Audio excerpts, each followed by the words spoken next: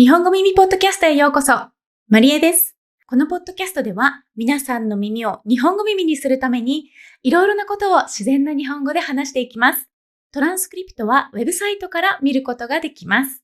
そしてこのエピソードには皆さんの勉強に絶対に役立つだろうと私が自信を持って作ったリスニングマスタリーパックもあります。ぜひウェブからチェックしてみてください。marienukaya.com/日本語耳です。marienukaya.com/日本語耳です。ところで皆さん、めっちゃって言葉使ってますか？日本語耳ポッドキャスト。はい、皆さんどうですか？元気にしてますか？実はこのポッドキャストを始めてもう3ヶ月が経ちました。いろいろと試行錯誤しながら、とりあえず3ヶ月続けることができました。皆さんが聞いてくれてコメントを残してくれたりしてそういうことをしているおかげです。いつも本当にありがとうございます。これからも頑張って面白いエピソードを届けていきたいと思ってますので応援お願いします。今日は日本語教師として私がずっと言いたかったことをお話ししたいと思います。いつもとちょっと違って皆さんに質問を投げながら話していきたいと思います。日本語の初級をもう終えている皆さんが気になるような質問だと思うし、そしてタイトルにもあるめっちゃの使い方についても話していきますので、ぜひ最後まで聞いてみてください。では早速一つ目の質問に行きましょう。第1問。テキストの日本語は不自然だと思っていませんか？テキストの日本語は不自然だ。もっとリアルな日本語に触れた方がいいって考える人がとても多くなってきているなと感じます。テキスト以外にもたくさんのリソースが、インターネットとかもあって簡単に手に入るようになったし、だからこそネイティブが普段使っているような生教材、ローマテリアルのみで学習を進めたい。だってネイティブもそうやって日本語を学んできたんだからねって考える人が増えていますよね。わかります。その通りです。わかるんですよ、その気持ち。でも、テキストを使わないで勉強していくとどうなっていくかっていうと、フレーズとか単語だけをバラバラに覚えていくことになりやすいんですよね。フレーズだけ覚えるっていうのは、最初のきっかけとしてはいいと思うんですね。挨拶ができるとか、レストランで簡単な注文ができるとか、そこから日本語が楽しいって思えるのは、それはすごくいいことだと思います。でも、その先にレベルアップしたいと思った時に必ず限界が来ます。例えば、英語を勉強していた日本人の知り合いで、I wanna はよく使うのに、それが I want to のカジュアルな形だって知らない友達がいました。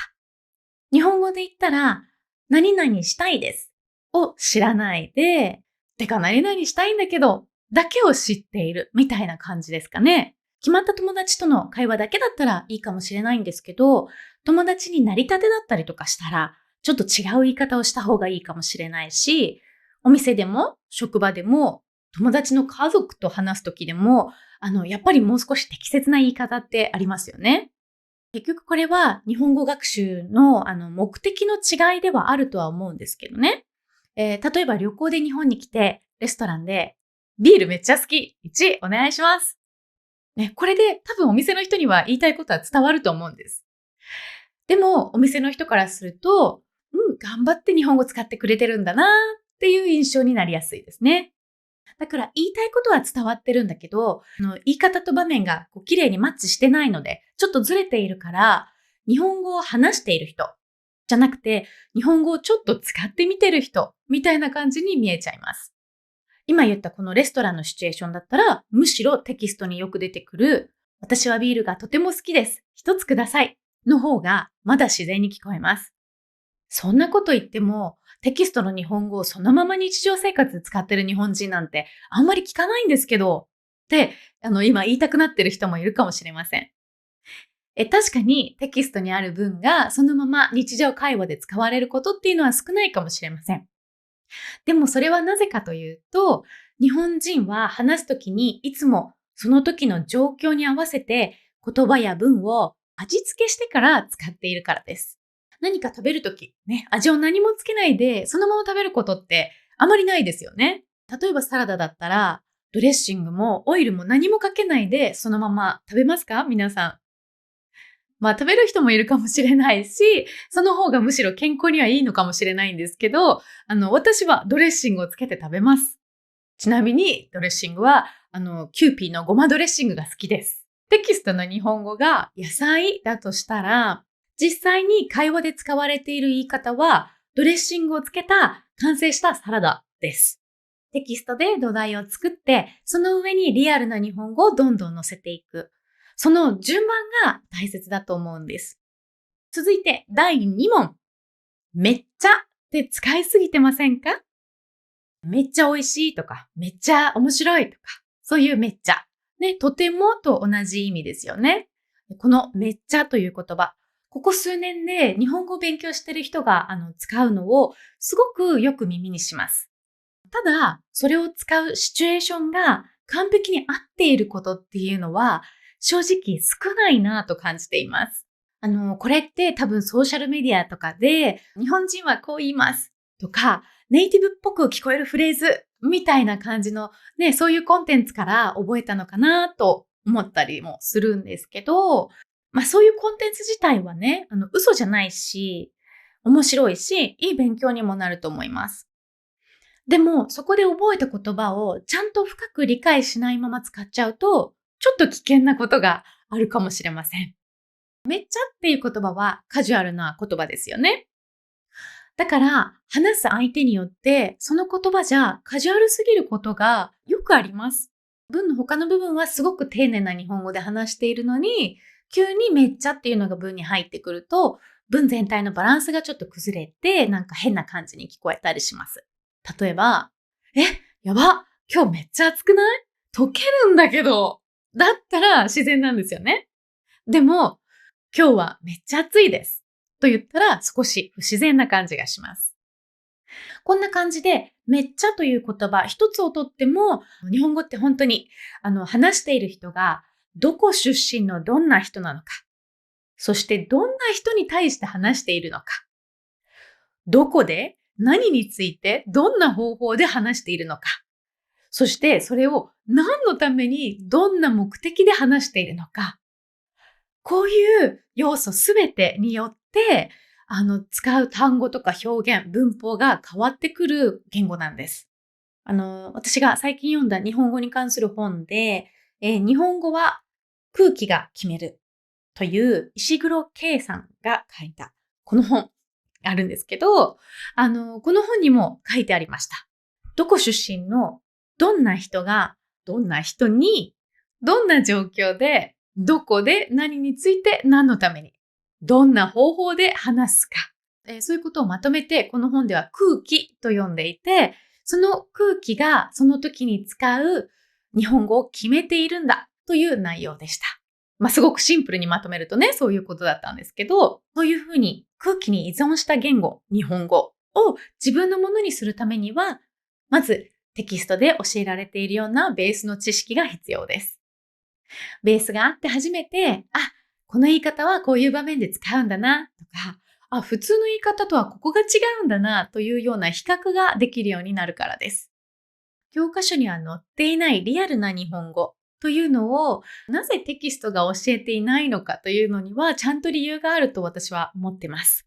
そういう言葉ってその時の状況や話している人、聞いている人との関係性、今言ったその空気に依存しすぎているので、そこまで全部セットにしないと正しく教えられないような言葉だからテキストにはあまり載せられないんだと思います。今さっき不自然な文の例で使った、今日はめっちゃ暑いですという文も不自然だけど、状況によっては不自然じゃなくて逆に自然に聞こえる時もあります。例えばこれがだいぶもう仲がいい先輩後輩同士の会話で、後輩が先輩に対して話していたという状況だったら自然に聞こえます。こういうふうにソーシャルメディアのコンテンツから覚えたりとか、ネイティブの友達が言っていたからっていうのとか、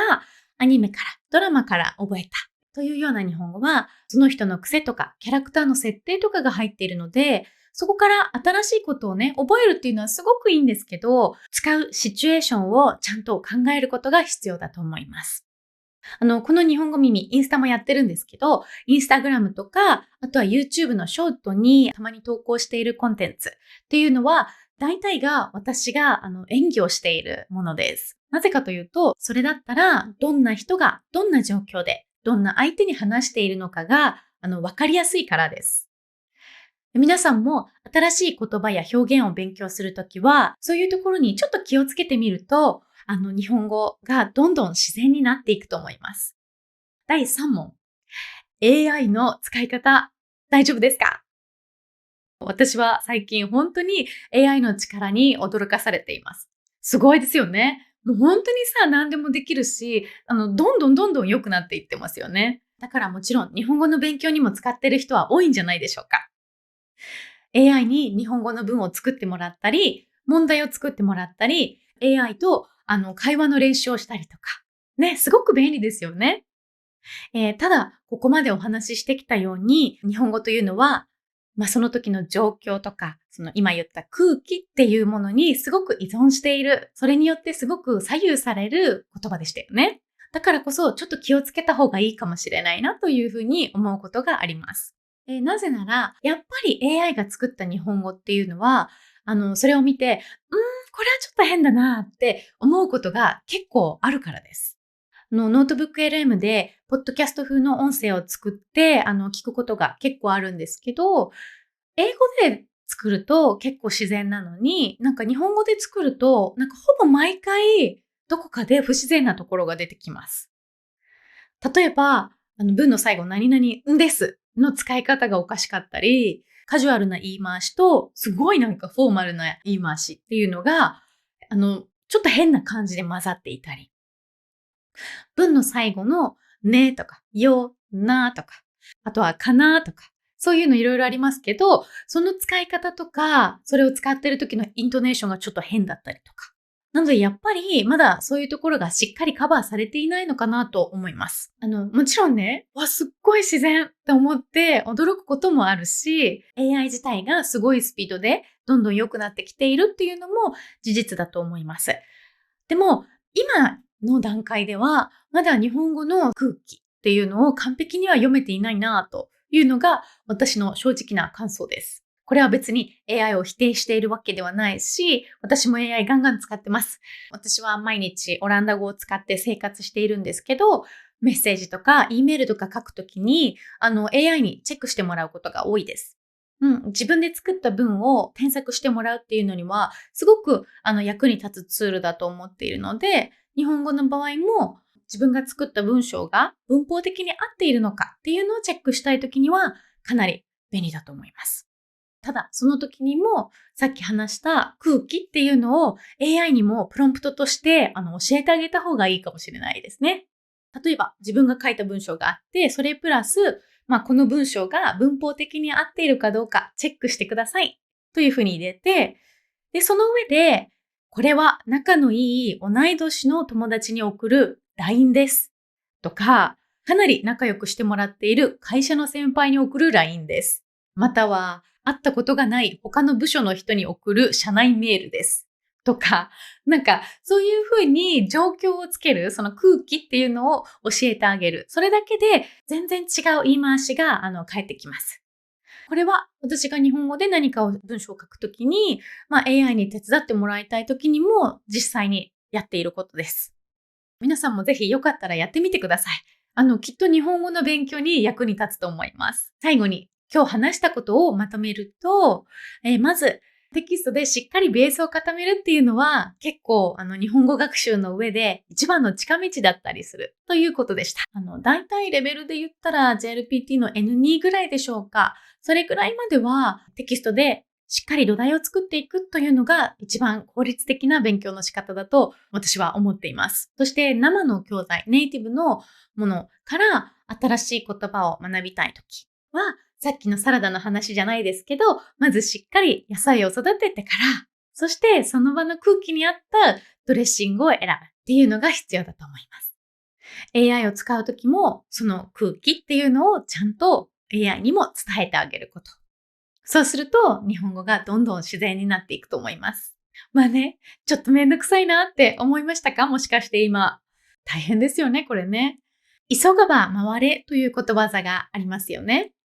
この急がば回れということわざの意味は、もしゴールにできるだけ早く行きたいんであれば、近道をしないで、遠回りになってでもいいからちゃんとした道を行きなさいっていう意味です。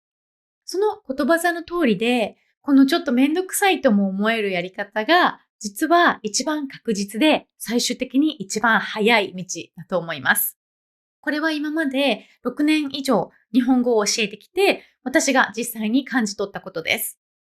地道にちょっとめんどくさいような努力をしてきた人っていうのが、どんな時でも対応できるような、すごく上手な日本語を身につけています。私はこの日本語の空気を読むっていうのが、日本語を勉強する人にとっては大変だけど、日本語の素敵なところでもあると思っています。空気を意識しながら日本語を学んでいくと、ただペラペラになるだけじゃなくて、日本語を通して自分をすごく自由に表現できるようになります。皆さんも経験したことがあるかもしれないんですけど、日本人と初めて会った時、相手はだいたい、です、ますを使って話してくれますよね。少し丁寧な言い方で。で、何回か会っているうちに、だんだんその文の終わりのです、ますっていうのが取れてきて、カジュアルな話し方に変わっていくことがあります。これは、もうあなたのこと友達と思っているよとか、もっと仲良くなりたいよっていうようなサインであることが多いです。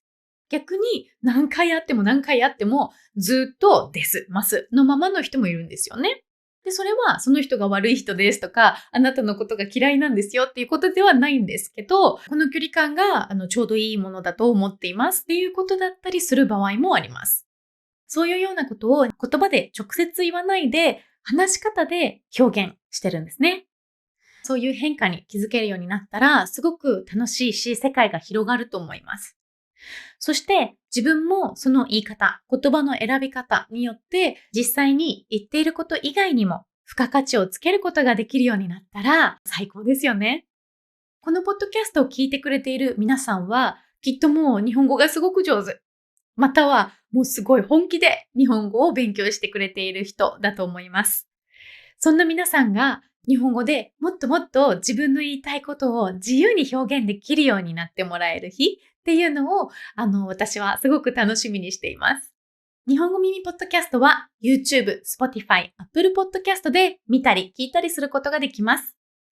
この日本語耳ポッドキャストをより多くの人に届けるためにも、もしこのポッドキャスト面白いな、日本語の勉強に役に立つなと思ってくれた方は、ぜひレビュー、評価を残していただけると嬉しいです。感想やリクエストもお待ちしてます。日本語耳ポッドキャストは毎週木曜日の更新です。じゃあまた来週。じゃあね。